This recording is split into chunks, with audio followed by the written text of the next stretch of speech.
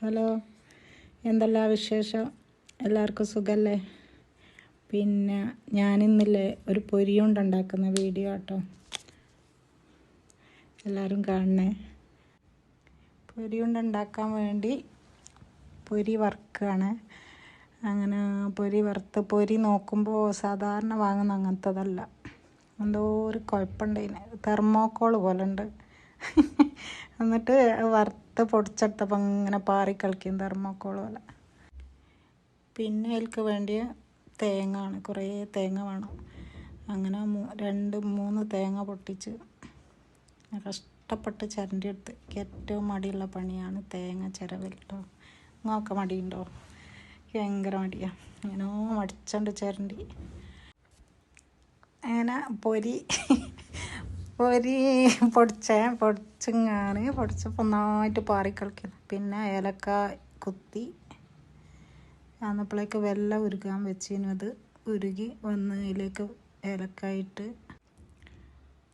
എന്നിട്ട് അതിലേക്ക് ചിരകി വെച്ച തേങ്ങ ഫുള്ളിട്ട്, പിന്നെ ആ പൊരിയും കൂടിയിട്ട് ഫുള്ള് മിക്സാക്കി നോക്കുമ്പോൾ മധുരം കൂടുതലും ഈ സാധനം കുറവ്.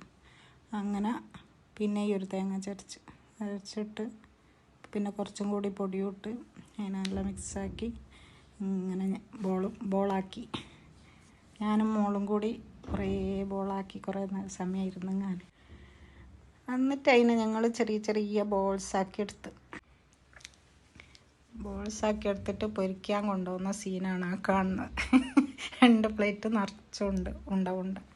പിന്നെ പാം ഓയിൽ ഗ്യാസ് മേൽ വെച്ച്, പിന്നെ പച്ചരി അതിലേക്ക് വേണ്ടിയതിൽ മുക്കി പൊരിക്കാൻ പച്ചരിയും, ഇത് ഉണ്ടാക്കുന്നതിൻ്റെ തലേന്ന് രാത്രി പുതിർത്തിയേക്കണം കേട്ടോ പച്ചരി പുതിർത്തി വെച്ചിട്ട് മുട്ടയും ഉപ്പും കൂട്ടിയിട്ട് നല്ലോണം അടിക്കുക, നല്ലോണം അരിയണം.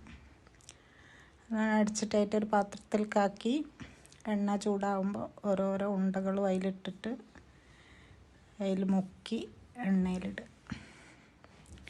എന്നിട്ട് ഇങ്ങനെ തിരിച്ചും മറിച്ചും ഇട്ടിട്ട് നല്ല ബ്രൗൺ കളറാകുമ്പോൾ, കുറേ അങ്ങോട്ടും ഇങ്ങോട്ടും ഇളക്കി കളിച്ച് നല്ല ബ്രൗൺ കളറാകുമ്പോൾ എടുക്കുക. ഇതോ ടേസ്റ്റ് അറിയാം, നല്ല അടിപൊളി പൊരിയുണ്ട റെഡി. എല്ലാവരും ഒന്ന് ഉണ്ടാക്കി വെക്കാൻ വേണ്ടിട്ടോ.